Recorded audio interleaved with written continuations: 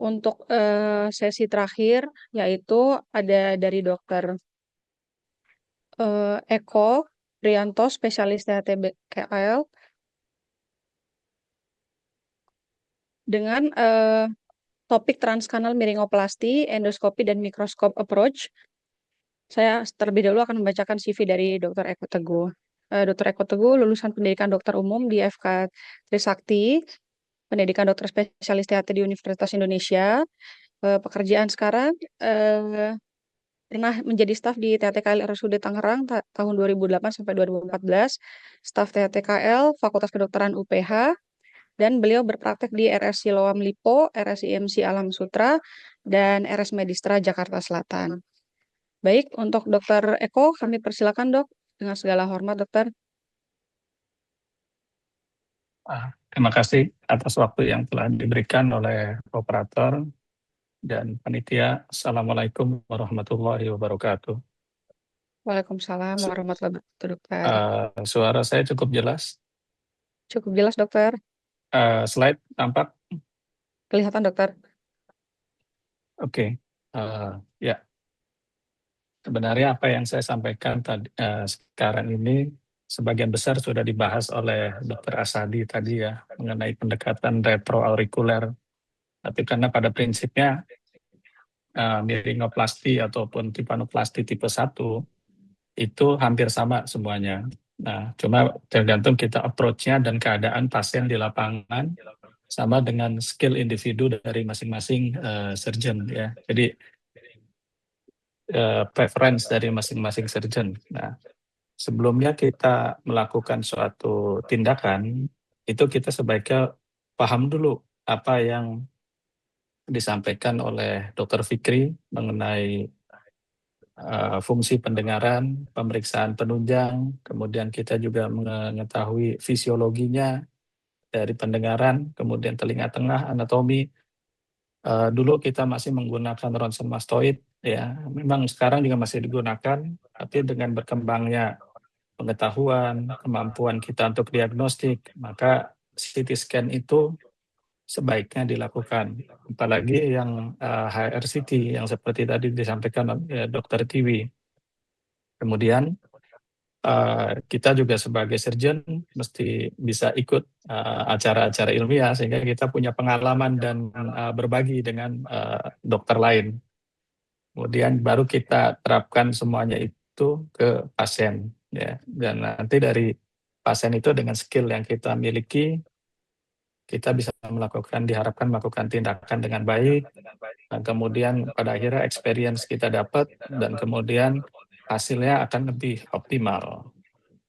Oke, jadi langsung tadi saya tidak akan bahas banyak masalah teori karena sebagian besar sudah disampaikan oleh Dr. Asadi ya. Jadi mengenai middle ear ini sebenarnya kompleks buat otologi ya, karena di situ sebagian besar dari penelitian di Indonesia 60-70% penyakit THT itu hubungannya dengan telinga tengah. Dan pada kasus yang dahulu kita biasa menggunakan mikroskop, di mana mikroskop ini ada beberapa kelemahan. Kita tidak bisa melihat daerah-daerah yang sempit, kemudian kita juga tidak bisa melakukan eksplorasi pada area-area yang blind spot atau daerah yang tersembunyi ini ya. Nah, thanks God, jadi kita sekarang sudah bisa melakukan operasi endoscopic ear surgery. Jadi dengan endoskopi ini sebenarnya kita bisa menutup area yang tidak dijangkau oleh mikroskop. Atau kita bila kasus yang eksklusif dengan endoskop, kita bisa melakukannya hanya dengan endoskop tanpa mikroskop. Jadi kita punya variasi teknik yang bisa lebih baik. Tujuan dari operasi pada intinya hampir sama semua, bahwa prinsip utama dari operasi telinga miringoplasti atau timpanoplasti tipe 1 atau 5 sampai dengan 5 itu adalah membuang sumber infeksi atau masalah, kemudian membuat telinga jadi kering, kemudian preserve dari anatomi ya, jadi normal anatomi semaksimal mungkin kita pertahankan, dan jikalau memungkinkan akan bisa memperbaiki fungsi pendengarannya. Dan seiring dengan berjalannya waktu, experience, dan kita juga pengetahuan kita, maka semaksimal mungkin kita less invasif, kemudian aman, dan prosedurnya bisa ya kita perkirakan. Karena itu penting buat kita untuk mengevaluasi pasien, sehingga kita bisa memprediksi apa yang kemungkinan bisa kita dapatkan dari teknik ini, keadaan ini, kita pakai teknik ini, kemudian kita evaluasi dengan kita punya database pasien, baik itu data pasien yang lengkap, video operasi, ataupun hasil endoskopi pasca operasi bisa kita punya, sehingga kita bisa mendapatkan hasil yang lebih baik untuk evaluasi. Jadi anatomi dari liang telinga hampir semuanya kita udah tahu ya. Ear canal ada lapisan kulit 2/3 medial dia terdiri dari jaringan yang tipis, kemudian di sepertiga lateral itu mendapatkan jaringan yang tebal ya dari cartilage ya. Dan kemudian ada anulus, kemudian juga ada gendang telinga. Kalau gendang telinga tadi sudah disampaikan bahwa kita punya 3 lapis dari lapisan gendang telinga ya. Jadi ini nanti kita penting untuk mengetahui bagaimana teknik yang akan kita gunakan untuk miringoplasti, terutama graft placement atau penempatan graftnya. Anatomi telinga tengah seperti yang kita tahu semuanya bahwa telinga tengah ini yang target kita, sebisa mungkin kita pertahankan dalam keadaan utuh pada kasus miringoplasti atau timpanoplasti tipe 1 ya. Untuk mendapatkan keadaan yang utuh, baik, kita membutuhkan teknik insersi graft dan pengetahuan skill mengenai fisiologi di telinga tengah. Ini adalah hasil dari endoskopi. Waktu saya melakukan operasi miringoplasti ya, saya gunakan teknik yang ini adalah underlay ya, underlay dengan underlay kita bisa melihat semuanya. Jadi di sini kita bisa melihat isthmus timpani anterior, kita bisa melihat isthmus timpani posterior, kita lihat facial nerve, kemudian proses coleoformis kita bisa lihat, malleus, incus, kemudian tensor stapedial tensor ya, kemudian juga kita bisa melihat di sini dengan jelas stapes, promontorium. Kalau kita melakukan miringoplasti, sebaiknya kita bisa expose semua area ini. Ya, apalagi kalau kita menggunakan teknik underlay. Ya, jadi kita bisa mendapatkan sehingga kita lebih yakin bahwa tidak ada proses patologis di daerah isthmus timpani atau ossicles dalam keadaan baik. Semuanya bisa kita lihat, mukosa juga dalam keadaan baik. Ini fisiologi middle ear sudah dibahas oleh Dr. Fikri, kemudian Dr. Tiwi, dan juga Dr. Asadi tadi. Ya, jadi seperti kita ketahui timpanoplasti ini ada beberapa teknik ya, dan timpanoplasti tipe 1 sampai dengan tipe 5, kemudian tipe 1 dikenal juga meskipun masih debatable.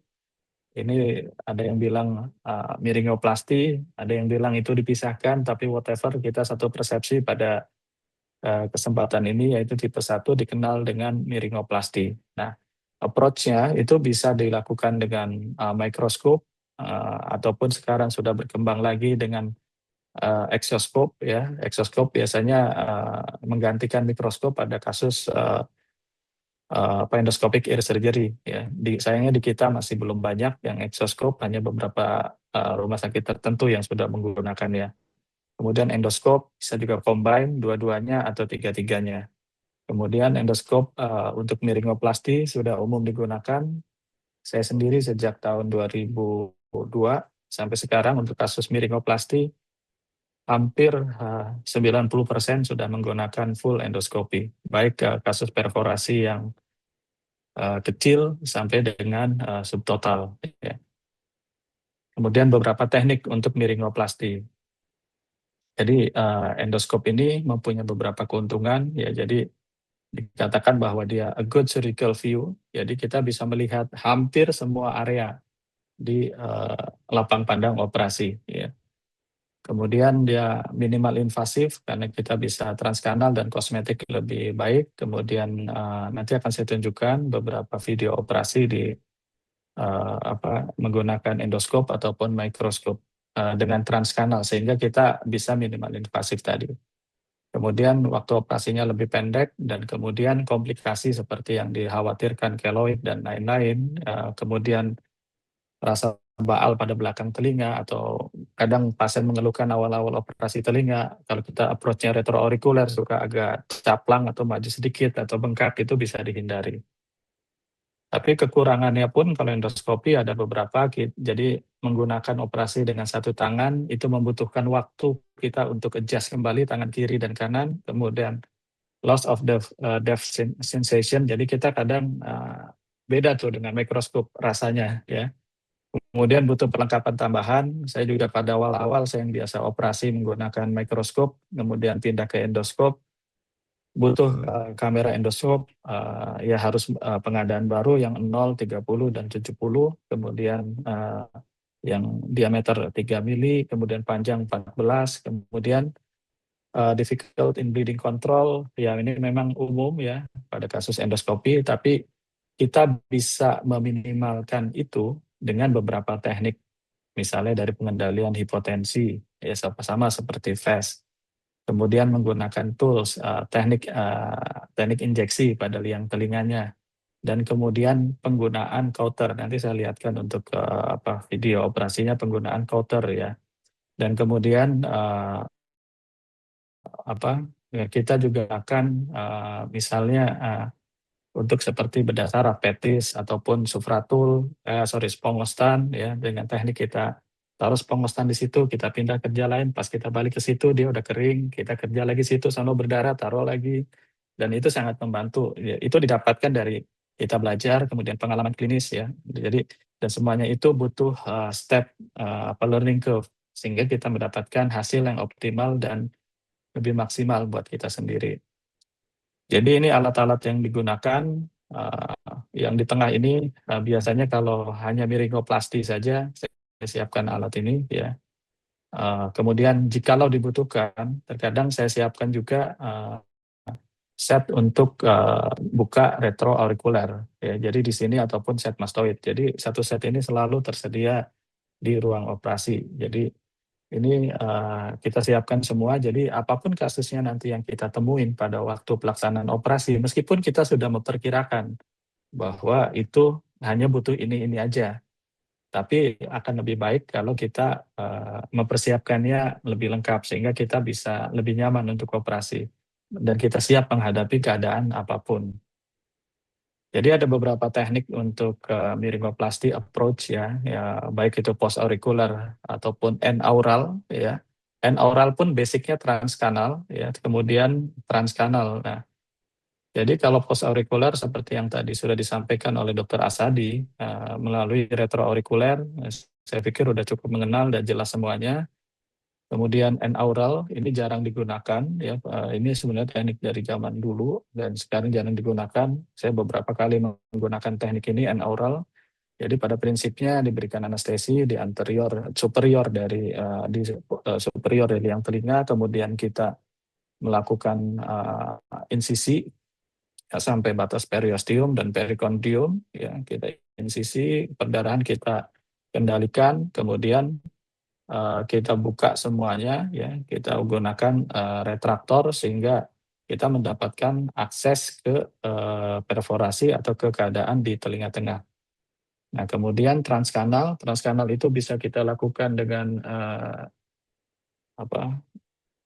sebentar. Transkanal bisa kita lakukan dengan operasi melalui liang telinga ya.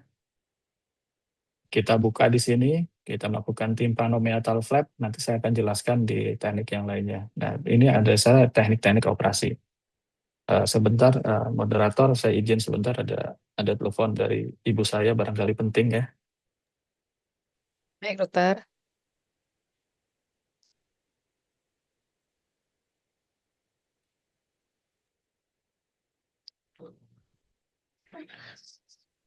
Itu bagian acara ini ya, buat telepon maning ya, terus setengah jam aja. Ya, nanti telepon. Ya, oke. Ya.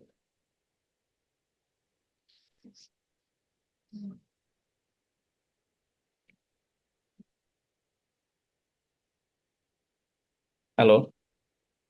Iya dok, Maaf, ada telepon dari ibu. iya dok. Nggak apa-apa dokter. Ibu saya tinggal sendirian, jadi kalau barangkali ada apa-apa. Sorry. Siap dok. Ya, ya. Jadi saya lanjutkan ya. Iya Nah, dokter. oke. Nah, ini step by step untuk operasi transkanal ya. Jadi pertama kita lakukan inspeksi, kita lihat keadaan dari liang telinga, kita full expose, kita bersihkan kalau masih kotor dan sebisa mungkin operasi dalam keadaan liang telinga yang sehat ya, sehingga kita mudah untuk melakukan insisi dan bisa kita melakukan miringoplasti ya dengan baik. Jadi kemudian anestesi itu memegang peranan yang sangat penting pada keadaan transkanal ini karena bleedingnya kalau kita kurang bagus untuk anestesi lokalnya, bleedingnya lebih sulit untuk dikendalikan. Tapi ya dengan pengalaman insya Allah bisa lebih terkontrol dengan baik. Jadi anestesi subperiosteum ya kita usahakan masuk semua subperiosteum, kemudian tunggu beberapa saat, biasanya sebelum kita kerja, tensi seperti kita melakukan operasi VES ya kalau pada kasus-kasus yang miringoplasti. Dan kemudian Nah, kemudian setelah kita lakukan uh, anestesi, kita lakukan apa, refresh dari tepi perforasi. Ini kita lihat liang telinganya sudah bersih, sehat ya. Kemudian kita lakukan refresh. Kita bisa melakukan refresh dengan PIC ataupun langsung dengan mikroforceps ataupun aligator. Ya, jadi kita prinsipnya membuat trauma pada pada tepi perforasinya itu sehingga dia biasa merangsang pertumbuhan epitel pada nantinya.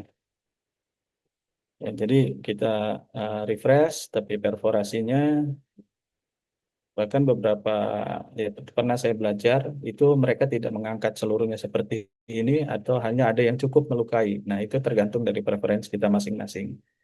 Kalau kita melakukan teknik inlay, sebenarnya kayak gini nggak perlu untuk melakukan refresh pada dengan sendirinya waktu kita membuka inlay akan terjadi luka pada lapisan epitel tersebut. Tapi kalau kita melakukan teknik underlay, baik yang lateral underlay ataupun medial underlay, itu sebaiknya harus kita lakukan refresh seperti ini. Jadi tadi udah di luka, kemudian diangkat. Nah, kemudian kita tutup. Saya kebiasaan saya, ya. Jadi setelah kita bersihkan, kita ini saya berikan tampon di sini supaya nanti waktu kita buka tidak terlalu banyak perdarahan. Dan itu preference masing-masing itu dari pengalaman.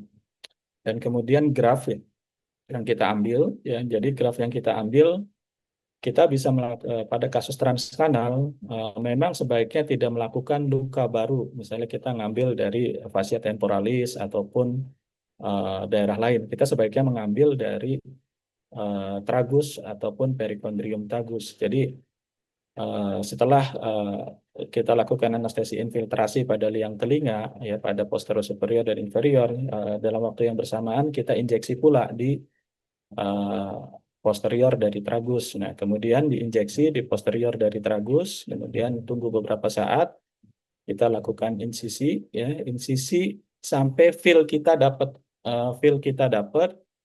sehingga, aduh, maaf ya operator sebentar saya ini dulu. Eh, lagi acara ilmiah, lagi jadi pembicara. Itu ini dulu ya, itu selesai ya. Maaf ya. Nah, jadi sampai kita feel kita dapat, kemudian kita perikondrium, ya kita buka di sini.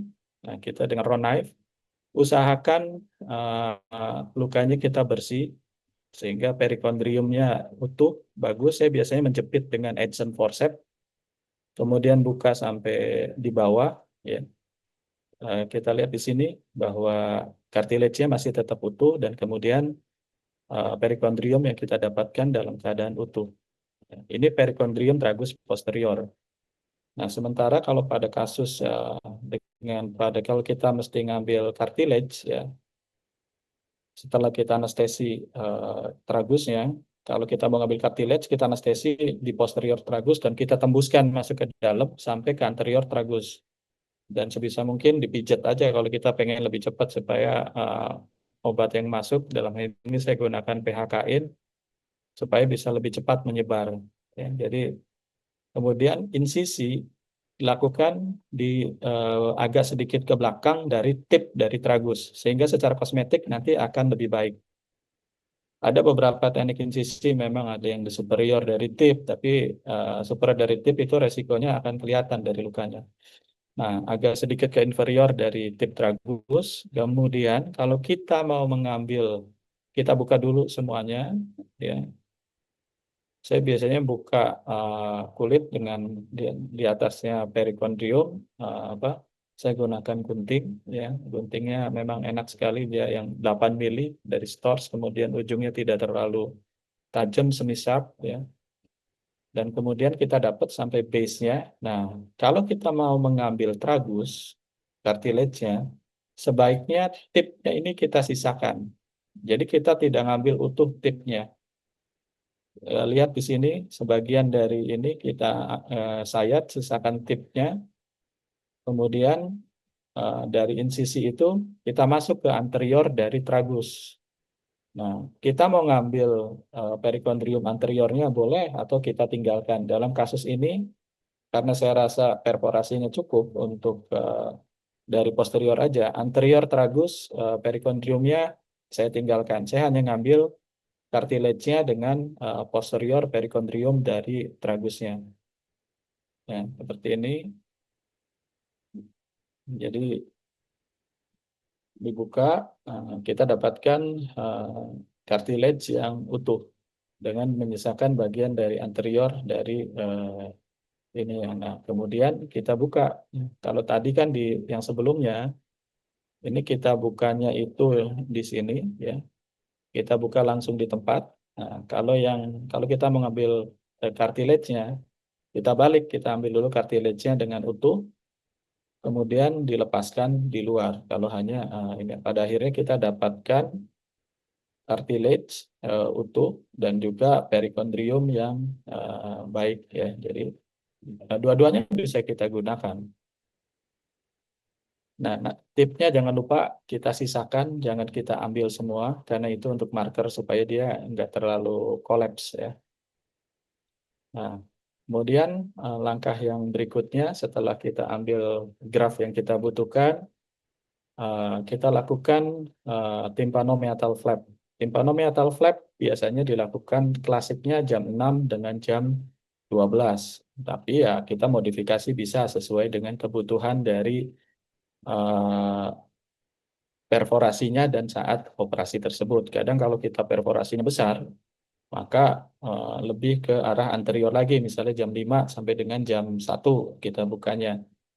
Nah, seperti ini teknik klasik, ya, yang saya tunjukkan ini. Jadi setelah dianestesi, perforasinya saya tutup, kemudian saya insisi dengan dengan round knife yang vertikal, kemudian round knife yang vertikal itu kita insisi sampai ke periosteum. Jadi saat insisi sampai dalam, kemudian kita dua arah bolak-balik, kemudian sambil disisihkan. Nah, ini kita lihat sini udah sampai atas, terus masuk lagi ke bawah. Nah, nanti masuk lagi ke bawah sambil mendorong dia ke arah medial, ya. Nah, kemudian setelah dapat jam 12 sama jam 6 dengan round knife yang 45 derajat, dibuat circumferential incision. Nah, jadilah tympanomeatal flap. Nah, jadi tympanomeatal flap seperti ini, kemudian kita dorong yang sudah ini ke medial si flap tersebut, ya. Jadi dorong ke medial. Nah, nanti berikutnya kita sambung. Nah, ini teknik klasik, ya. Jadi untuk membuat ya, insisi tympanomeatal flap.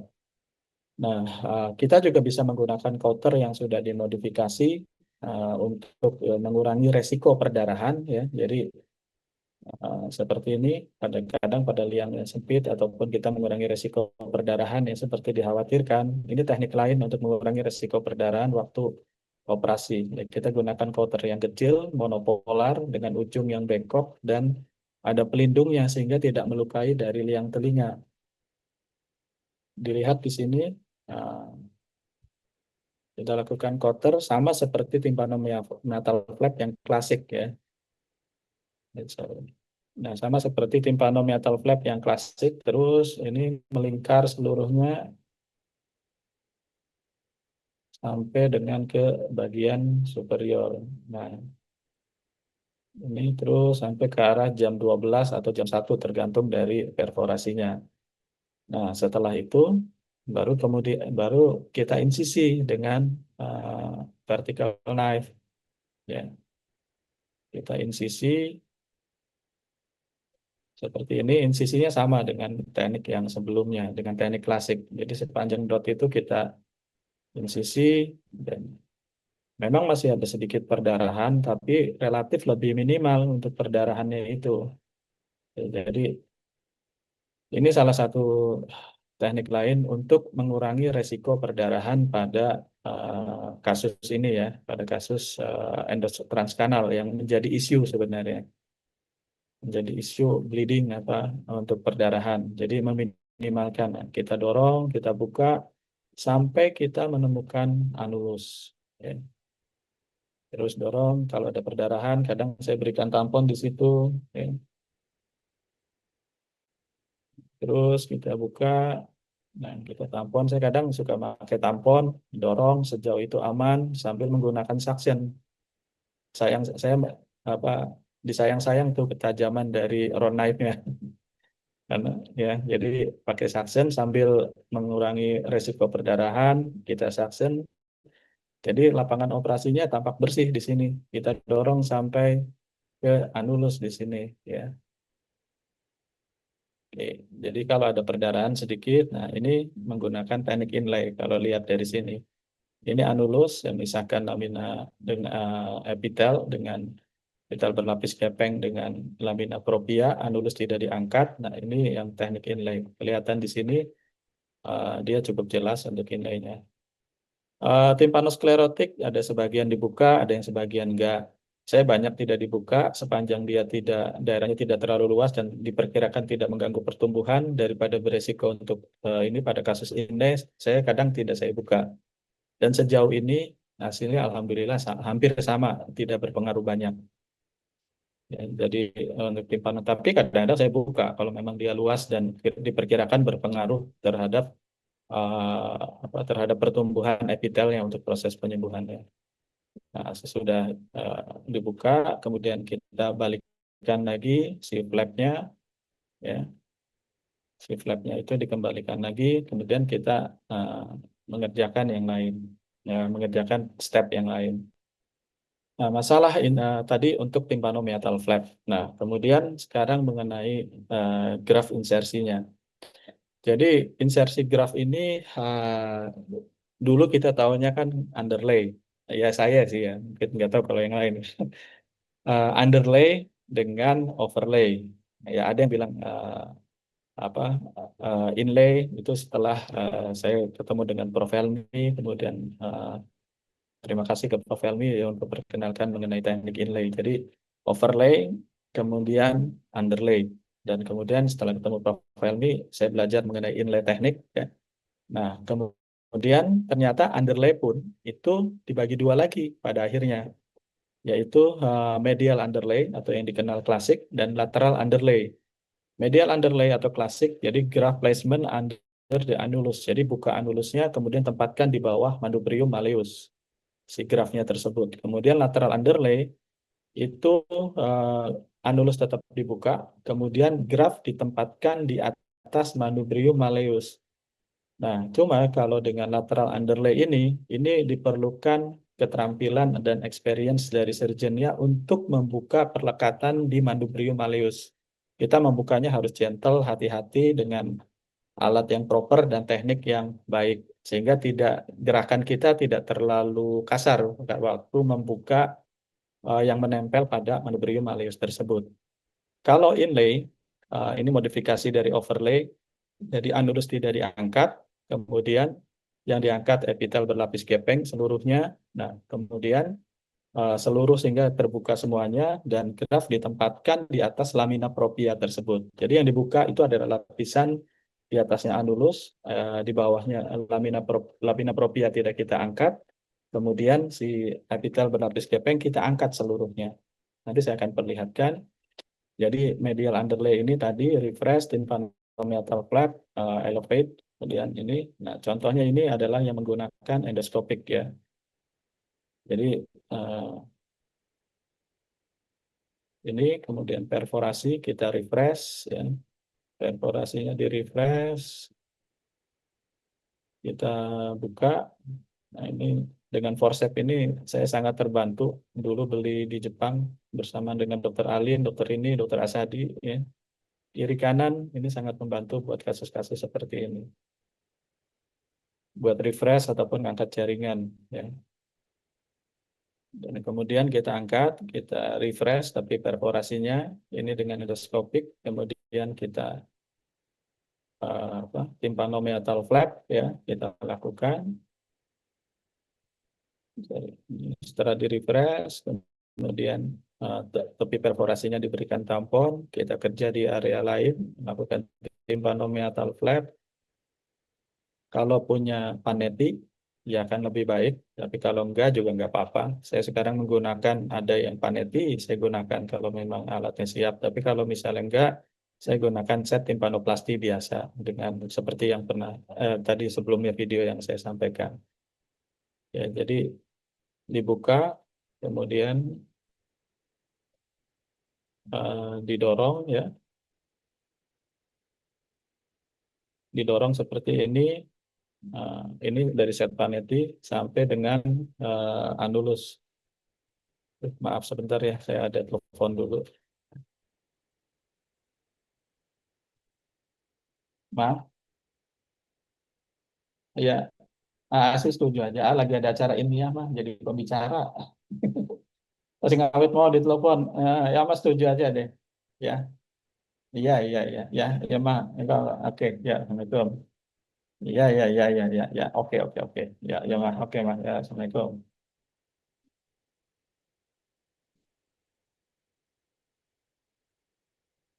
Hmm.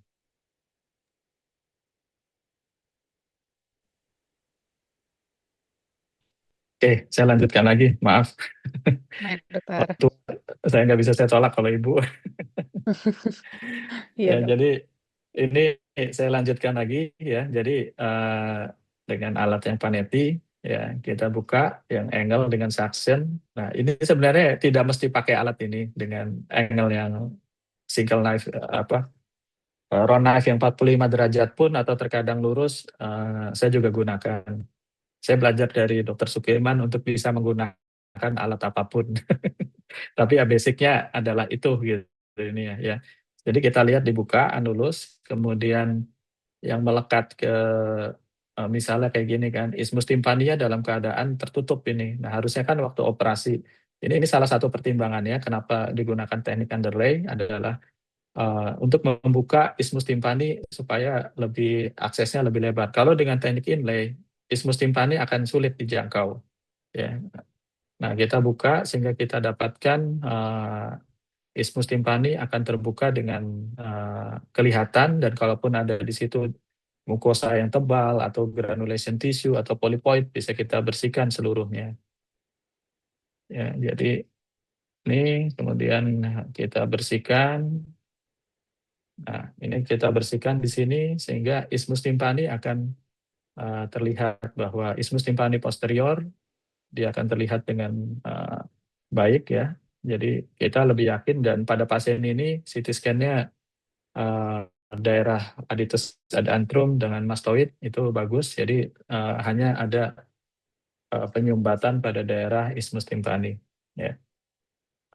Nah, ini kita gunakan PIC untuk membebaskan area tersebut sehingga kita ini. Nah, kemudian enubrium malleusnya kita gentle, kita buka dulu ya, kita insisi bisa dengan pick, bisa dengan single knife ya, ataupun saya gunakan kadang dengan aligator yang mikro. Tapi kita mesti gentle, hati-hati dan jangan terlalu kasar untuk membukanya. Jadi seperti ini. Nah, kemudian kita buka modus endovius. Jadi jangan lupa setelah kita buka, kita evaluasi lagi sehingga kita tahu posisi kita ada di mana. Jangan sampai kita kebablasan. Kalau sudah operasi, jangan memperhitungkan waktu. Nah, intinya gitu. Perhitungkan hasil yang terbaik. Kalau waktu, kalau hasil itu tidak bisa dibeli lagi. Kalau waktu bisa kita dapat. Nah, ini insisi, saya selalu menggunakan agak ke inferior untuk mendapatkan perikondrium dari tragusnya. Ya, kita buka, tadi kan sudah disampaikan ya tekniknya, jadi saya percepat saja. Nah, kemudian medial underlay ditempatkan di sebelah medial dari manubrium malleus. Ya. Si graf tersebut perikondriumnya kita tempatkan di bawah manubrium malleus, ditempatkan terlebih dahulu. Kemudian lihat manubrium malleus, jangan lupa ujung dari graf harus selalu bersentuhan dengan tepi dari perforasi, ya, karena dia menjadi bridge untuk tumbuhnya epitel, ya. Jadi kalau masih ada lubang itu ya harus kita perbaiki posisi grafnya. Nah, jadi itu kemudian kita tempatkan gel foam di situ sampai penuh, dan yang seperti Dokter Asadi bilang tadi, saya lebih suka tekniknya agak sedikit menonjol sehingga kita bisa ngontrol bahwa memastikan bahwa dia bersentuhan dengan tepi perforasinya. Nah, kemudian flap yang sudah kita buat, kita balikan lagi ke posterior, jadi dia di atasnya graf, ya, seperti ini. Kita lihat di sini membran timpaninya menutup dan ditutup oleh ini. Kalau pada kasus medial underlay, sebenarnya diperlukan spongostan saja setelah ditutup.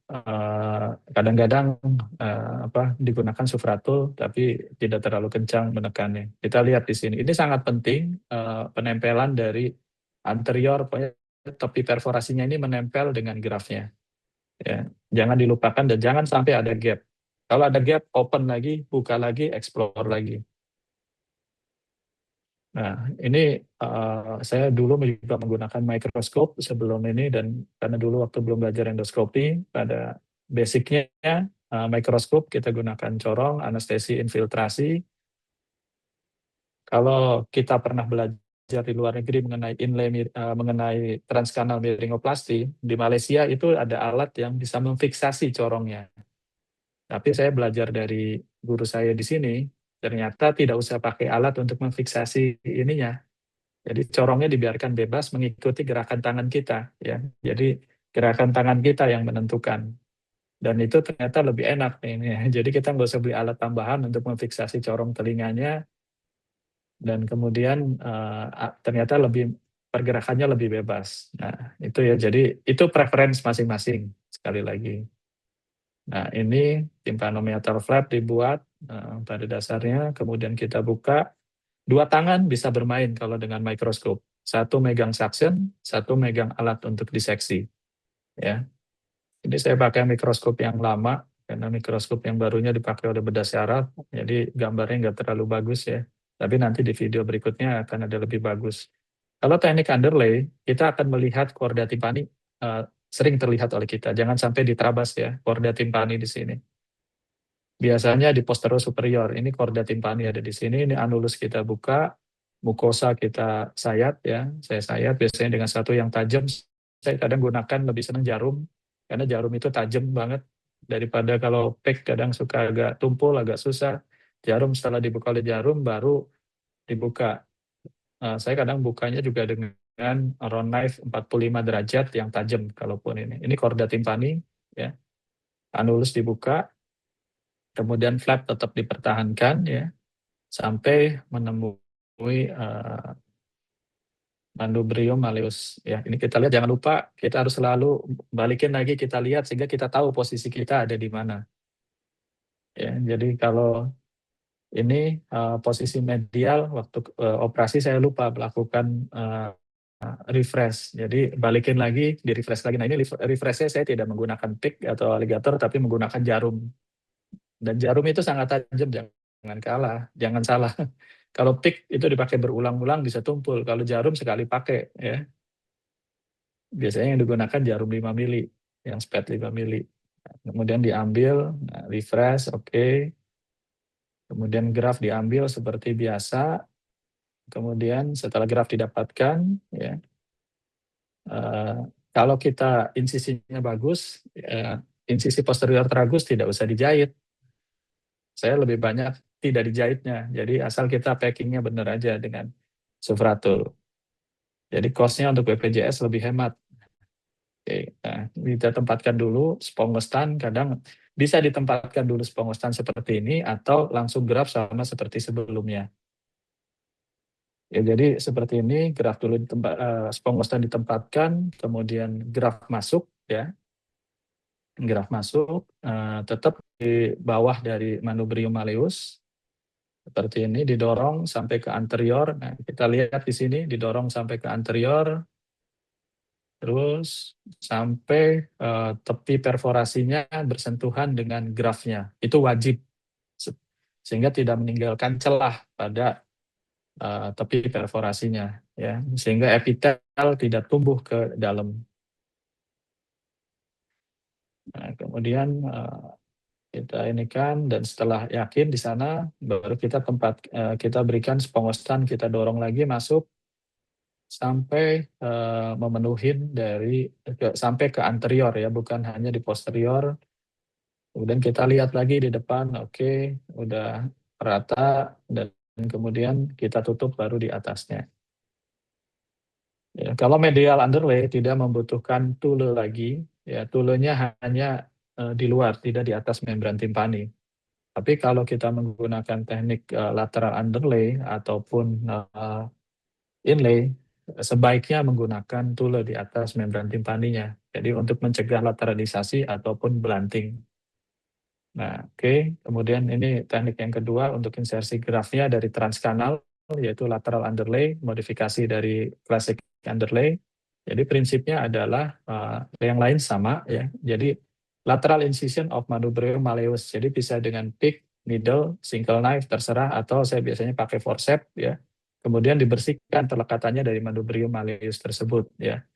Di area umbo terkadang susah melepaskan pelekatannya. Nah, saya biasanya kalau susah atau yang sisa, saya gunting dengan Bellucci yang micro scissors.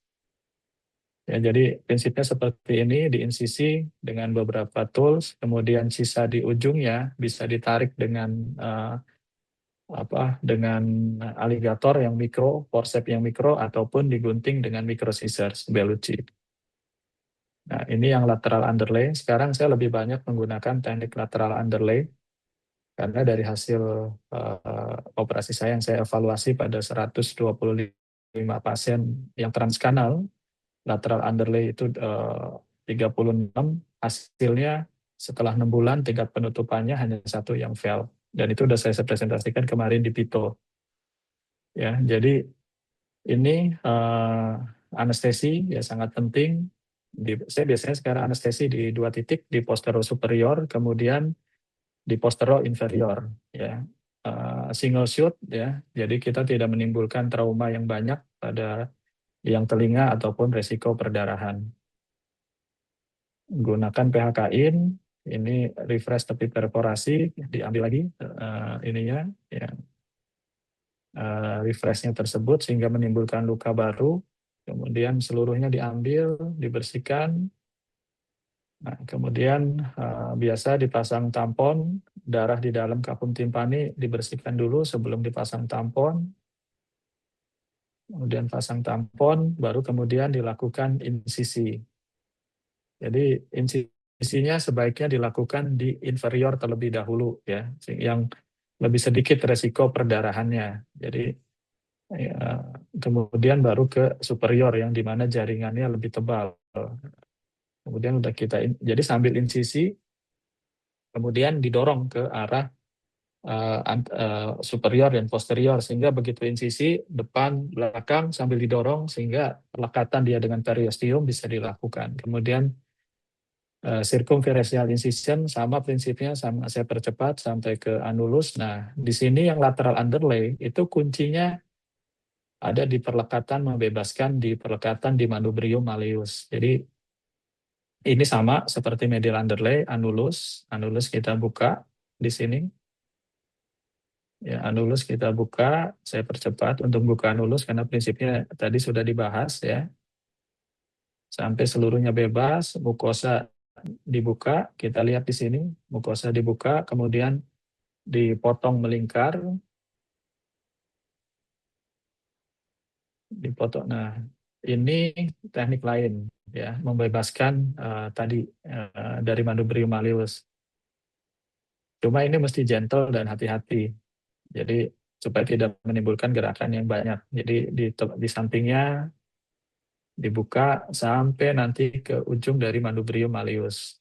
Kadang nanti dikombinasi dengan pick ataupun dengan single knife.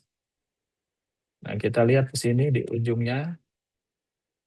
Nah, ya, kita lihat dia sampai telanjang seperti ini, si Manubrium malleusnya. Ya, sampai kita lihat sampai bersih tadi. Oke, nah graf kita ambil yang perikondrium, kita jepit. Kemudian saya kadang suka menggunakan penjepit vena untuk memperkuat supaya dia lebih rapi dan lebih bersih. Nah, kita lihat di sini waktu insersi dari inlay. Jadi setelah kita kerjakan, kita tampon, setelah grafnya siap, kita balik lagi. Nah, balik lagi sudah dalam keadaan seperti ini. Dia sudah bersih ya dan kering. Dan sebelum itu kita evaluasi dulu keadaan di isthmus timpaninya di sini ya. Jadi isthmus timpani, long process incus, chorda timpani, isthmus timpani bagus, ini facial nerve. Jadi kita make sure bahwa isthmus timpani dalam keadaan baik. Nah, kemudian baru graf kita insersikan di atas Manubrium malleus. Ya, jadi ini grafnya yang sudah dipersiapkan. Ya, kadang kalau perforasinya cukup besar, saya gunakan sedikit cartilage serpihan, saya sisakan di perikondrium supaya untuk argumentasi kayak gini. Kalau saya agak ragu, saya kadang suka gunakan sedikit graf untuk dari cartilage untuk argumentasi di anteriornya. Dan itu tidak terpengaruh ke hasilnya karena dia tidak menempel ke Manubrium malleus. Jadi setelah kita insersikan tadi di atas Manubrium malleus, kita balikan lagi ya. Jangan lupa prinsipnya di sini adalah tepi perforasi selalu bersentuhan dengan graf ya. Itu prinsip mutlak supaya tidak ada ini, dan kita lihat di sini kalau medial inlay ataupun ini anterior annulus tetap utuh. Sehingga ini mencegah lateralisasi blunting secara alami ya. Jadi oke, nah seperti ini kita buka lagi setelah yakin di sana kita buka lagi. Dan dengan lateral underlay, sebenarnya ada support dari Manubrium malleus terhadap graf yang kita berikan. Sehingga tingkat, menurut keyakinan saya sih, itu mempertinggi tingkat keberhasilannya. Dan pada 125 pasien yang sudah saya ikutin follow up, dia lateral underlay hampir sama, dengan tingkat keberhasilannya dengan inlay teknik. Ya. Bisa dilihat di presentasi Pito saya yang 2025 kemarin ya. Nah, kemudian diberikan spongostan, kemudian terus mengisi ini, kita balikkan lagi. Nah, kita kembalikan lagi. Jangan lupa kita lihat di sini ya. Jadi kita kembalikan lagi, kita grafnya seperti ini ya, sehingga kita mendapatkan utuh dan kemudian dengan suction lengkung ini sangat membantu ya, suction lengkung yang paling kecil dari ENT first ya. Nah, kita lihat di sini tepi anterior ini bertemu ya. Kemudian jaringan lain juga sehat sesuai perforasinya ya. Terus kemudian kita pasang sponglestan. Nah, kalau kita yakin begitu, terkadang saya tidak menggunakan tool lagi untuk ini ya, untuk dulu hanya digunakan di luar ya untuk menjepit bekas insisi. Oke, nah ini yang lateral underlay, another teknik ya, sama ini anestesi, kemudian refresh, tapi perforasi, kemudian tutup, kemudian ini Nah, kemudian sama tekniknya di bawah anulus kita buka hampir sama dengan tadi ya. Nah ini tadi dilihat kan saya kadang menggunakan instrumen apapun bisa, jadi kita tidak tergantung instrumen.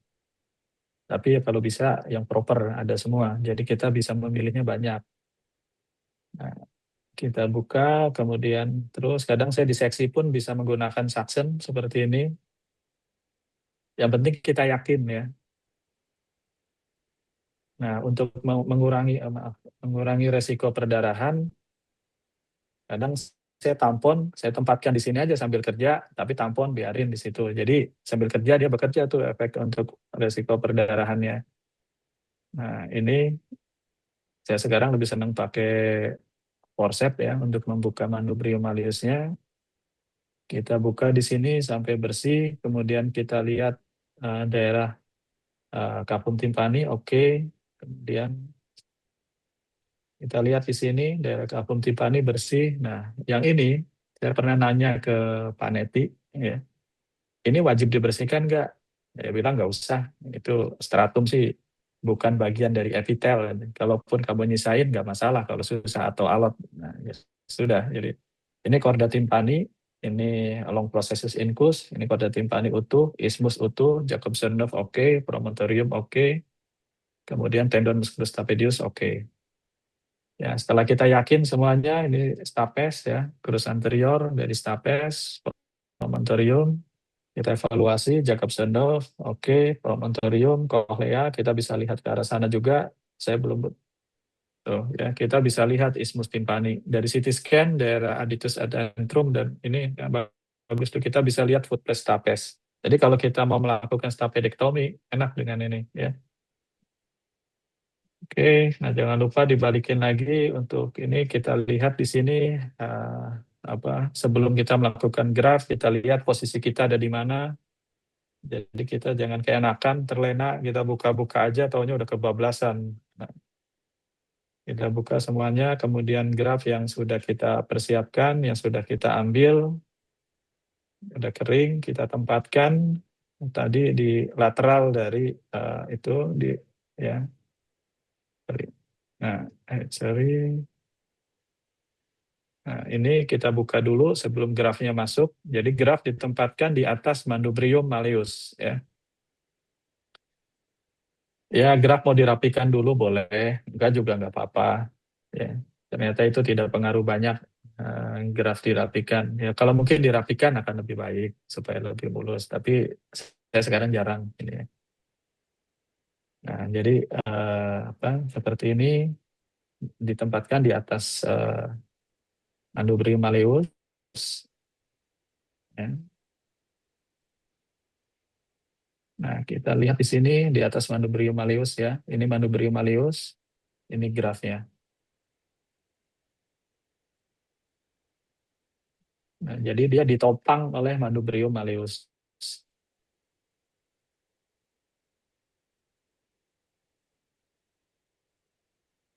Nah, baru kita tempatkan spongostan.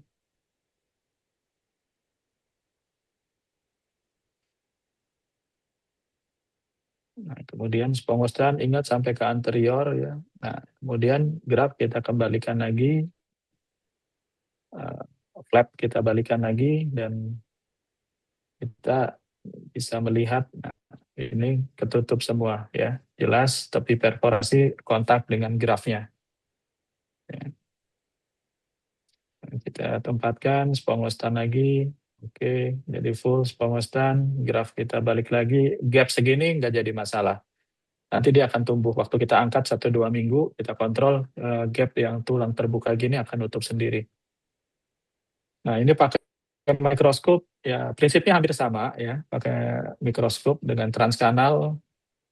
Sekarang saya udah rubah dulu pakai mikroskop, hampir semuanya waktu saya belum belajar endoskopi. Sekarang ya hanya beberapa kasus saja saya melakukan transkanal ya, dengan ini. Nah ini yang inlay lateral underlay ya perforasi, tapi perforasi kita refresh sama kemudian tympanomeatal flap kita buka, kemudian ketemu manubrium malleus. dan kemudian draft ditempatkan, kita tutup, ya kira-kira ini ya hampir sama ya, lateral underlay. Kita dorong, ini sorry, mana tadi grafnya.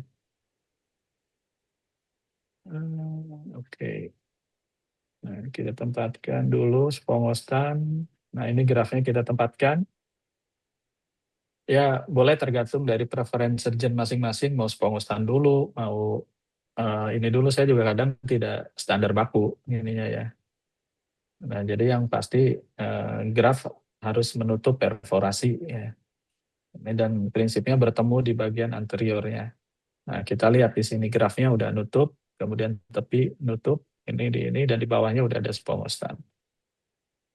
Ini yang lateral underlay dengan mikroskop. Kemudian ditutup, nah, udah tutup ini, dan kadang ya kalaupun ini pakaikan sufratul boleh untuk menahan ini ya. Oke, nah kemudian inlay teknik ya, inlay teknik ini modifikasi dari overlay, di mana kalau underlay baik yang lateral ataupun yang medial basicnya membuka anulus. Kalau inlay, begitu kita ketemu anulus, jangan dibuka anulusnya. Kita diseksi secara ini gentle sehingga lamina propianya tetap utuh, epitel berlapis gepengnya itu yang kita bersihkan. Tingkat keberhasilannya tinggi. Saya melakukan tahun 2018 dipresentasikan di ANOA sama Konas di Bandung, itu 98,7% dalam waktu 1 tahun dia nutup. Ya. Kemudian waktu kemarin di Pito saya gunakan juga inlay teknik itu bertahan sampai segitu sampai di 6 bulan pertama. Ya, jadi prinsipnya inlay teknik tadi anulus tidak diangkat, kemudian epiter berlapis gepeng kita angkat seluruhnya. Nah, cuma teknik ini membutuhkan kejelian, jangan sampai kita menyisakan ruang epitel atau epitel tersisa. Nah, di baliknya itu. Nah, ini prinsipnya sama, ini endoskopik ya, dengan inlay, flap seperti biasa. Kadang saya suka refresh kalau agak ragu ya, jadi round knife tapi yang lurus digunakan, kemudian kita buka, dasarnya sama ya. Kita buka juga. Kalau tidak pakai cutter gini kadang bleedingnya agak banyak, tapi sabar aja, ujungnya kering. Nanti kita lihat di sini, kita buka, dorong ke anterior. Nah, kemudian salah satu mensiasati untuk perdarahannya tidak banyak sambil kerja, kita kerja di atas tampon kadang, asal kita yakin aja ya. Jadi tamponnya dikasih epinefrin. Epinefrin murni, nggak usah dicampur, saya menggunakannya. Nah, jadi ada 2 keuntungan dia. Nah, kemudian ya, tadi berdarahnya agak banyak, pada akhirnya ujungnya dia lebih kering. Nah, sambil diseksi, tampon kita gunakan, terus dibuka ya. Ya. Memang Paneti alatnya ini sangat membantu ya. Kalau untuk ada perdarahan yang banyak. Ini kita lihat ya sampai anulus. Nah, anulus gentle, kita buka si anulusnya. Ya. Anulusnya tidak dibuka, maaf. Kita kerja di atas anulusnya nggak diangkat. Ya, itu jadi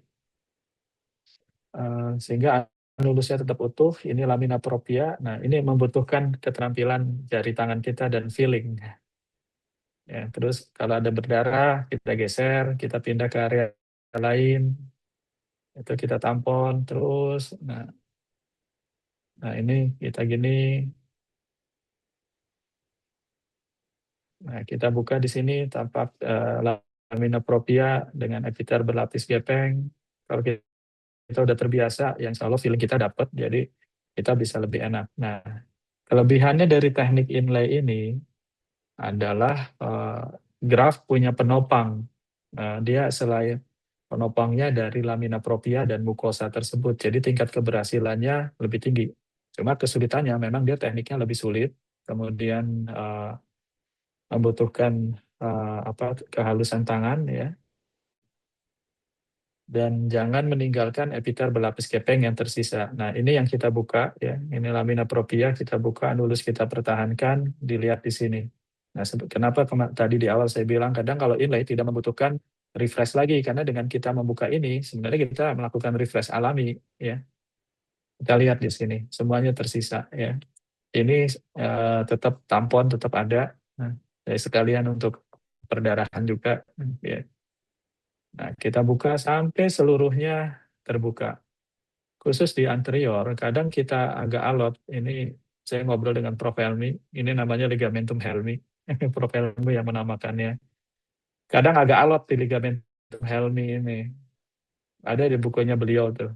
Nah, yang ligamentum Helmi ini, kalau alot, jangan paksa tarik, potong aja pakai Bellucci ya. Nah, ini kan lihat sambil kerja di sini, tampon di sini. Jadi waktu kita pindah ke arah tampon, bekas tampon kering, ini nah, terus dibuka sampai ke anterior. Nah, ini ligamentum Helmi udah dipotong sama saya, terus kemudian kita buka seluruhnya dan jangan lupa ini udah sebenarnya tadi saya kelewat ke skip videonya bahwa ini sampai ke sini udah kita buka semuanya. Ya, kemudian kita rekonstruksi lagi, kita balikan seperti ini. Nah, kemudian dilihat di sini ya, lihat lamina proprianya tetap disisakan, mukosanya tetap disisakan, dan kita sampai ke anterior. Ya, terus dibuka sampai ke anterior, ini graf, ini biarkan. Nah, ini grafnya, saya gunakan fade. Nah, kita lihat di sini, semuanya kebuka ya. Ini lamina propria ini, dan ini menjadi penopang untuk ini. Kekurangannya teknik ini adalah satu kita mesti bersih karena epitel harus bersih. Yang kedua kadang kita sulit melihat ismus timpani gimana. Ya, ismus timpani akan sulit kita evaluasi. Nah, oke, nah, ini ada perdarahan sebenarnya sedikit biasa. Biasanya dikasih tampon juga nanti didiemin dia biasanya akan diam dia untuk ini ya. Dan jadi ini kemudian setelah yakin kita buka graf kita masukkan. Jadi graf ditempatkan di atas lamina propria dan di bawah epitel. Sorry.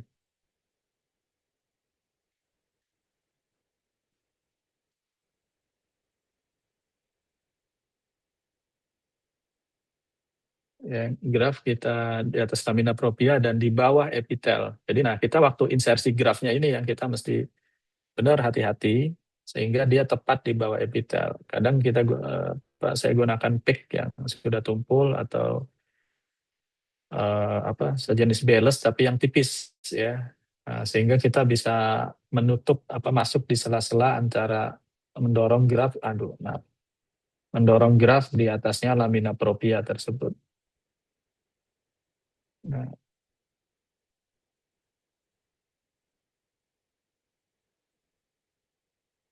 ini ya, saya gunakan pick ya. Kemudian setelah semuanya yakin masuk di atasnya itu kita balikin lagi di flapnya, kita kembalikan lagi. Nah, kalau kita mau untuk mempercepat penutupannya digunakan teknik sliding down. Jadi kita buka, kemudian sebagian dari posterior flap ini kita dorong ke depan. Sehingga menutup ini mendekatkan si perforasinya itu. Tapi memang resikonya di posterior bone-nya akan expose ya. Kayak ini saya gunakan teknik sliding down. Ya, lihat ya grafnya benar-benar terkubur di bawah epitel di sini ya. Dengan karena flapnya saya dorong maju ke anterior. Dan ini tingkat keberhasilan lebih tinggi, cuma memang penyembuhannya lebih lama karena lebih tebal ini ya. Tapi untuk hasilnya, ya untuk tingkat penutupannya lebih baik. Ini inlay kira-kira hampir sama, ya tekniknya saya tidak akan, kalau saya lihatin ini aja insersi grafnya, ini hampir sama, inlay. Ya, cuma ini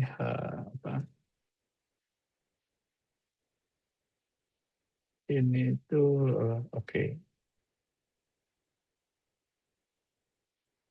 Ya, saya gunakan supratul. Supratulnya saya modifikasi dari basic yang saya pelajari. Saya gunakan 3 lapis. Di awal seratnya saya buka, kemudian jadi panjang kurang lebih 1 barisnya itu. 3, kemudian dia melingkari anulusnya. Yang melingkari anulus sehingga dia menahan graf si itunya sehingga dia tidak lepas, tidak mencegah dia untuk blunting ataupun lateralisasi. Ya, terus ini udah ditutup. Ini. Nah, kemudian transkanal miringoplasti. Nah, ini transkanal miringoplasti juga hampir sama dengan inlay teknik ya. Dulu sebelum endoskopi saya pakai ini, memang agak challenge tersendiri karena di celah yang sempit. Nah, kita buka prinsipnya sama ya. Tuh, kita buka si ini seluruhnya. Kadang tantangannya kalau perforasinya lebih ke anterior atau ada bulging dari ear kanalnya yang ke posterior, ear kanal bagian anterior yang ke posterior ada bulging, agak sulit expose-nya. Tapi itu bisa kita atasi dengan gerakan pasien. Misalnya pasien kepalanya kita dorong ke apa, kita geser ke lebih ke anterior atau tilt menjauh sehingga kita bisa melihat sudut yang anterior dari pasien. Nah, itu jadi untuk membuat expose ini lebih luas ya. Ini jangan sampai ketinggalan epitelnya, terus dibuka. Ini juga kita lihat mandubrium malleusnya. Ya, kita buka. Terus ini ya kadang gambar di rekaman lebih ini, tapi pada dasarnya waktu operasi itu kelihatan semua sampai tepi anteriornya. Dan kemudian ini graf ditempatkan, insersi di atasnya. Kemudian, nah ini ya, ini kelihatan di sini bagian anteriornya. Ya, ini graf ditempatkan di bagian anteriornya. Kemudian ini, nah, selanjutnya, nah ini grafnya udah di atas anteriornya, dia di bawah epitel di ini. Nah, nanti, nah epitel yang sudah di bagian anterior yang kita angkat akan ditempatkan untuk mensupport, dibalikin lagi. Nah, jadi dia mensupport yang graf tersebut. Nah, ini sliding down teknik. Jadi dari anterior kita flat, kita turunkan epitelnya, dari posterior kita dorong ke anterior. Nah, ini sliding down teknik untuk kasus-kasus perforasi yang besar ataupun subtotal. Nah, ini seperti jadi graf itu benar-benar di bawah flap ya, flap yang kita dorong ke anterior. Ini kita bisa lihat itu.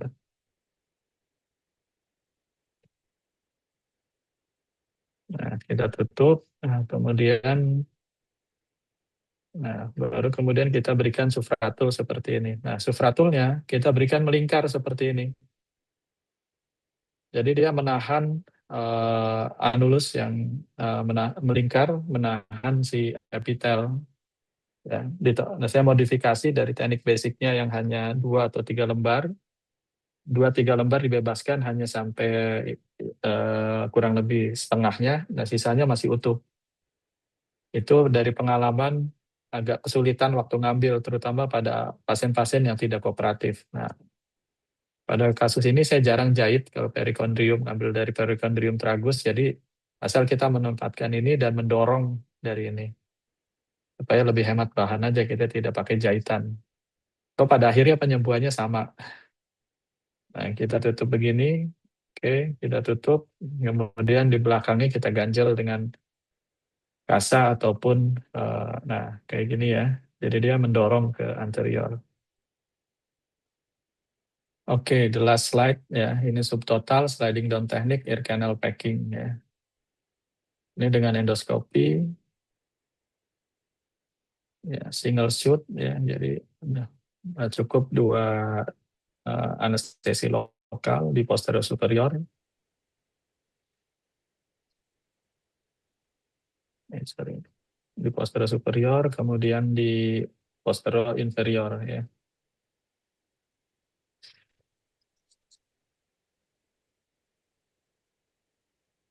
Kemudian sekaligus biar obatnya barengan, jadi dengan tragus pula ya, posterior tragus. Kita buka, kemudian ini kasusnya dengan, oh ya, oke, ini sudah dibebaskan semuanya. Jadi dengan inlay teknik ya. Kemudian graf kita tempatkan.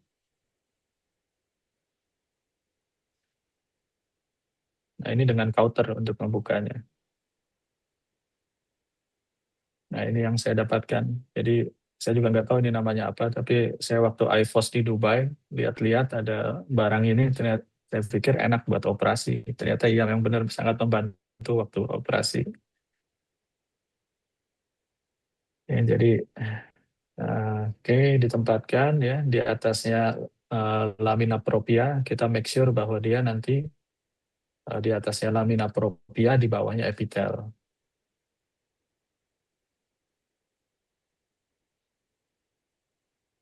Nah, jadi itu.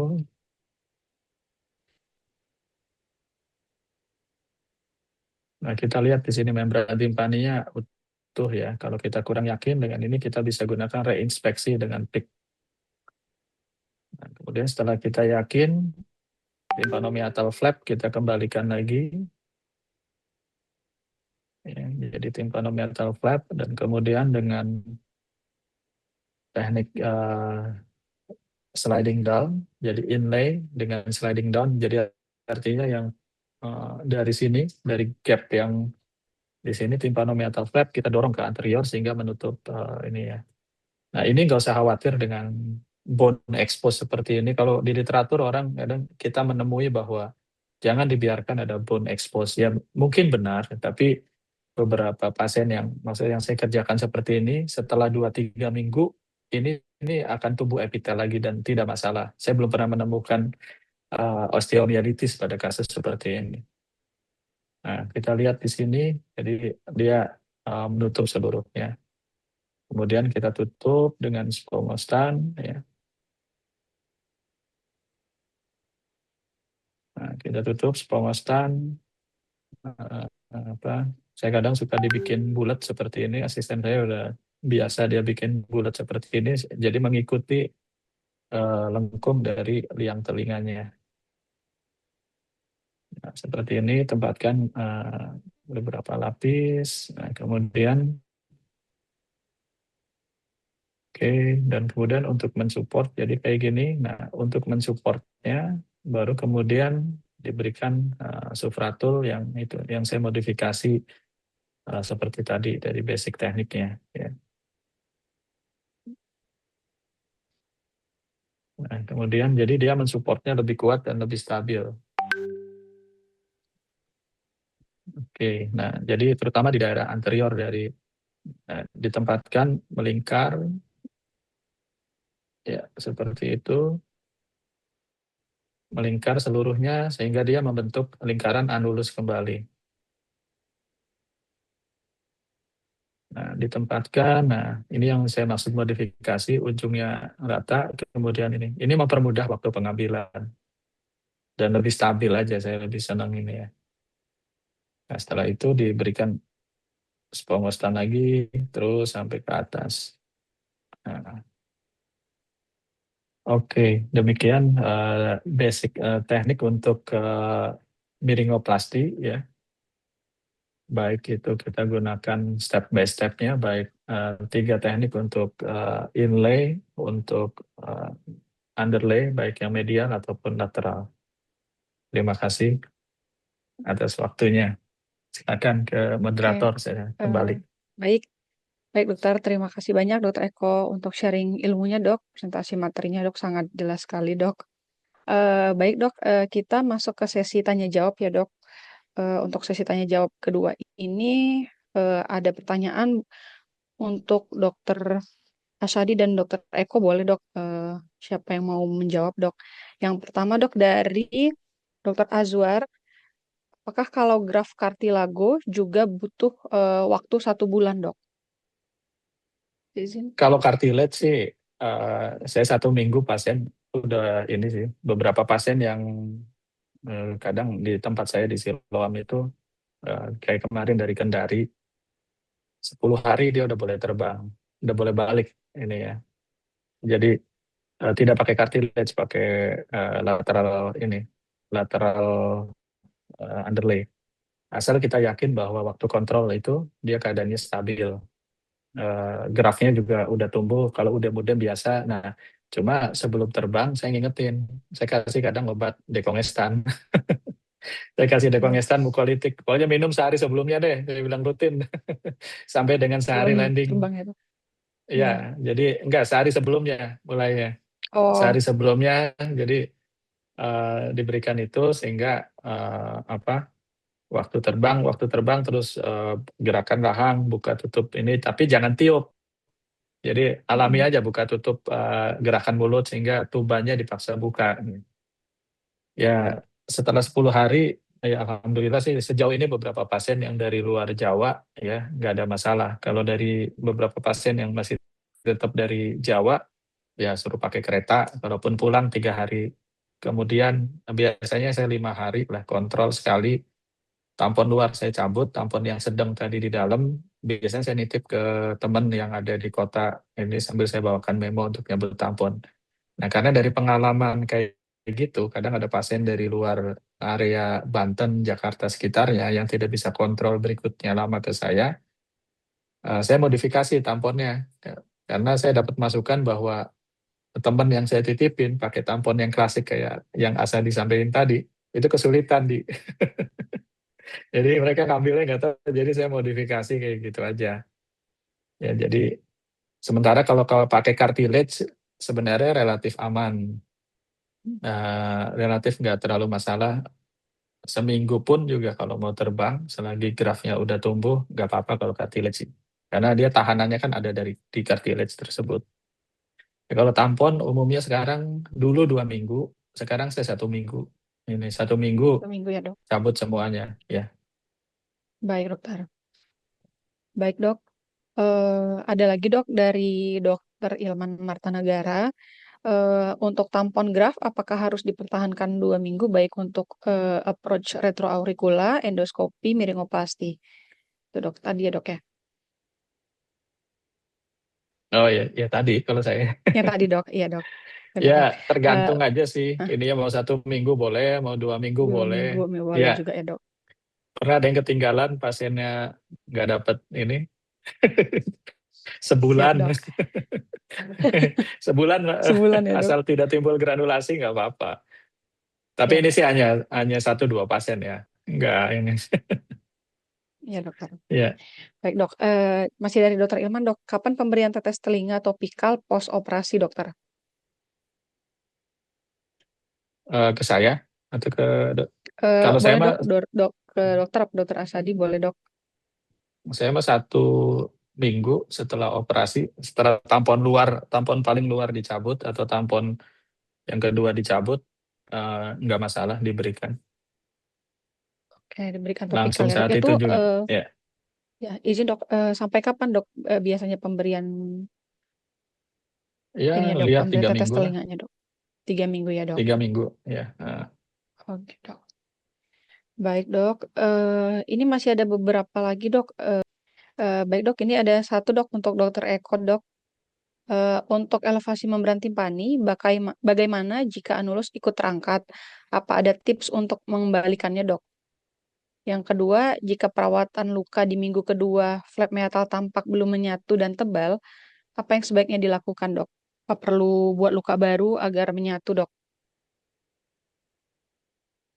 eh Sebenarnya kalau anulus dengan kita mengangkat ya maksudnya tadi itu ya, dengan kita mengembalikan, waktu kita Ya, mengembalikan si anulusnya, dia akan membentuk formasi baru di sepanjang anulusnya itu. Nanti dia oke akan dok. nempel sendiri kok. Cuma butuh waktu ini ya. Oke dok.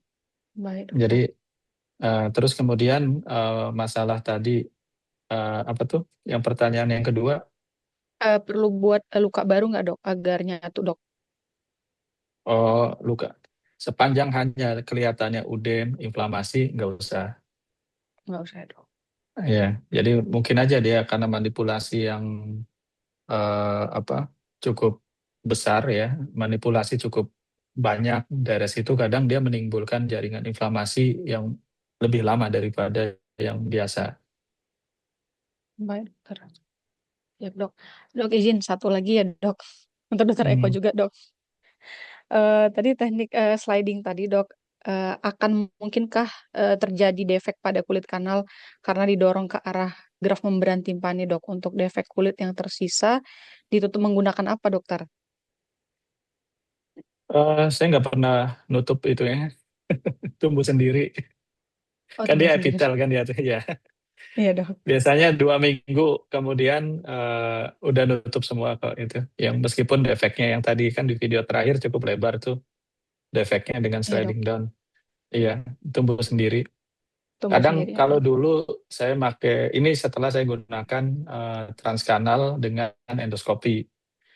Dulu saya waktu masih retroaurikuler approach-nya ya. Jadi saya ngambil kan pasti kalau dari belakang itu supaya insisinya cuma satu, selain profunda juga ngambil yang superficial dari temporalisnya, fascia temporalisnya kan. Jadi superficialnya diambil, yang profunda atau di fascianya diambil. Nah, yang di fascia itu buat membran timpani, grafnya.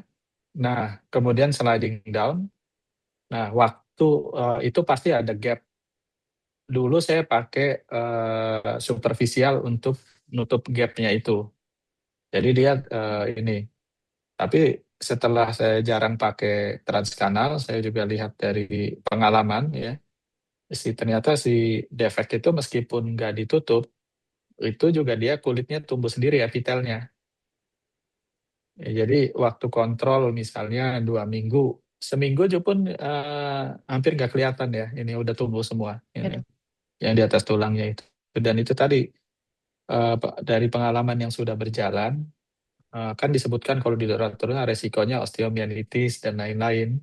Dari pengalaman yang sudah berjalan, ya alhamdulillah sejauh ini nggak pernah ada osteomielitis meskipun dia di sliding down seperti itu. Baik, dokter. Ya asal kebersihannya aja ya, kontrol. Iya, Terus kontrol waktu rutin kita ya, dok ya. kontrol rutin dan waktu kita ini jangan sampai nosokomial. Kadang kita suction, Mm-mm. ya kadang suction itu kan di poli pasien ini habis nyaksen Iya, benar, dok. Otoru, kemudian kita Kotor ya, dok, gunakan campur gitu ya, dok. Jackson ini. Nah, ya kalau saya memang Jackson itu sangat penting, terutama habis kalau kena cairan. Minimal Mm-mm. direndam sidek, kalau enggak kita punya sedia banyak Jackson. Ya, Iya, ya kalau kita yang biasa bermain di telinga ya, maksudnya saya banyak kerjakan telinga kasus Jackson di poli, misalnya punya banyak 15 jenisnya ya, ya, dok dengan ya, berbagai macam untuk materialnya. suctionnya. Iya, iya Iya. yang logam aja kan banyak sekarang murah-murah tuh. Mm-mm. dua Iya, ratus benar, dok. ribu, 150.000, ya modal Iya, aja kayak gitu. berbagai nomor ya, dok ya. Ya, ya jadi itu pun untuk kenyamanan. Kalau itu kalau buat saya pribadi ya. Jadi Iya, dok. karena buat saya itu penting. Baik, dokter. Dok, izin satu lagi, dok. Kalau untuk Hmm, teknik inlay itu cukup sulit untuk melepaskan tepi perforasi anteriornya, dok. Ada dari dokter ini nih, dok, ya, pertanyaannya. oh, yang anterior ya. Nah, sebenarnya sih masalah waktu aja ya dan pengalaman. Jadi kalau kita agak susah menjangkau ke anterior, ini buat kasus apa nih, dokter ini? Buat yang transkanalnya endoskopi atau Eh, mikroskop? Kayaknya ini lebih ke dokter Eko, dok. Jadi kayaknya ke dokter ke transkanal mungkin ya, dok Bukan, ya. maksudnya ya transkanal ini untuk teknik yang pakai endoskopi atau mikroskop. Oh, hmm, Jadi nggak disebutkan. kalau Heeh. pakai mikroskop ya sebenarnya kita bisa manipulasi kepala pasiennya dengan kita dorong ke arah kontralateral ya. Misalnya kita operasi Mhm. kiri, kepalanya pasien diputar ke arah kanan sehingga kita bisa lebih lihat sudut anteriornya atau mejanya dibikin tilt tilt ke anterior, ke lateral, ke kontralateral ya tilt. Nah kalau mau tilt jangan lupa pasien waktu sebelum operasi diikat dulu ya badan pasien di. Jadi Di kalau mau lihat anterior satu tekniknya, kalau misalnya kita sulit dengan mikroskop lihatnya kayak gitu ya. Dan kemudian alat yang digunakan itu round knife yang 45 atau 90. ininya. Tapi saya lebih senang yang 45 karena angle-nya lebih pas ini ya. Ya round knife yang 45 kemudian dibantu suction jadi sambil ngedorong di belakangnya ada suction. Oke. Nah, itu ya. Terus kemudian yang ketiga alat lain yang punya paneti ya. Punya paneti itu yang tadi di video itu kan ada angle-nya yang sudut segitiga tajam itu. Nah, itu mempermudah lagi tuh. Tapi arah suctionnya jangan menghadap ke arah diseksi. Arah suctionnya menghadap ke posteriornya. Nah, karena dia di arah diseksi punggungnya gini, kemudian didorong gini set gini. Nah, nanti akan buka lebih ini mudah di anteriornya. Nah, itu kalau pakai apa? Kalau pakai mikroskop ya. Mikroskop. Nah, ya tapi kalau pakai endoskop ya sebenarnya hambatan seperti itu udah minimal karena kan pada pandangannya lebih lebar ini ya.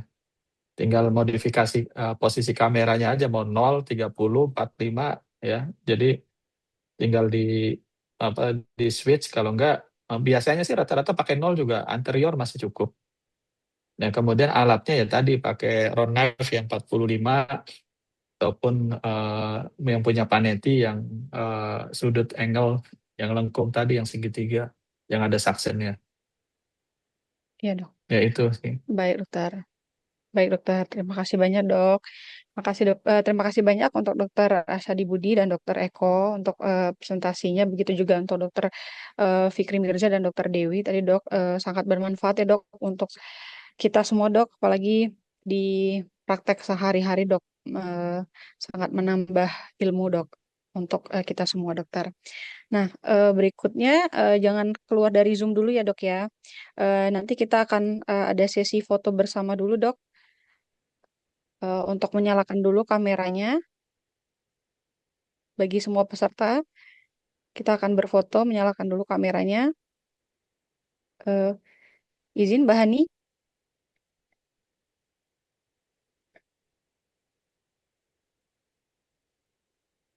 Mbak Hani, izin. Nah, Iya dia dokter. ngapain berdua tadi? Ya, Iya dok, siap dok. udah dok. Coba Mbak Hani.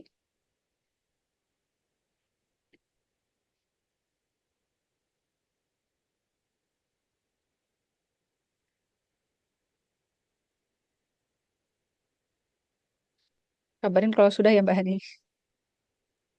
1, 2, 3 ya dok. Ya, Oke, ini yang pertama. baik. 1, 2, 3. Lanjut ya dok. Lanjut. Hmm.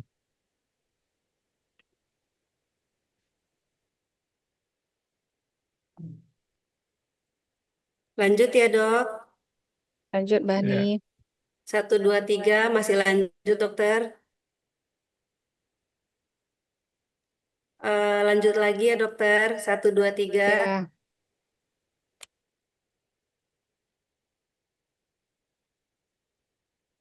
Masih lanjut ya dok. 1, 2, 3. Lanjut. 3 kali lagi dok sisanya. baik. 1, 2, 3. Lanjut ya dokter.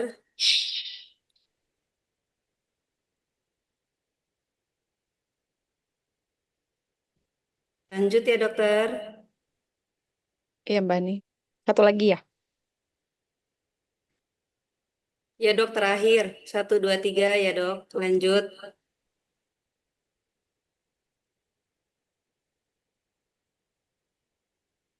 Sudah selesai ya dokter. Terima kasih. Ya, terima kasih Mbak Hani. Ya. Baik, Nah, dokter. Terima kasih banyak dokter untuk Oke. presentasinya hari ini ya dok ya. Nah, untuk bagi peserta dari via Zoom, jangan lupa untuk mengisi link absensi yang ada di kolom chat dan juga mengingatkan kembali untuk mengisi LMS bagi peserta yang sudah registrasi agar mendapatkan SKP ya dok ya. Baik dok, untuk yang mengikuti workshop dokter untuk mengingatkan kembali untuk diskusi kasus nanti pre-workshopnya pada hari Sabtu di tanggal 25 April dan workshop live surgery-nya pada hari Minggu di 26 April ya dokter ya. Nanti di rumah sakit masing-masing dokter. Nah, terima kasih dokter. Untuk acara webinar hari ini, demikianlah saya tutup acara hari ini. Saya mewakili dari panitia, Dr. Maya Fitri Nadia, mengucapkan terima kasih atas partisipasi dokter semua. Kami mohon maaf apabila ada yang kurang berkenan selama webinar ini berlangsung. Selamat siang. Assalamualaikum warahmatullahi wabarakatuh. Terima kasih dokter, dokter Eko, dokter Asadi.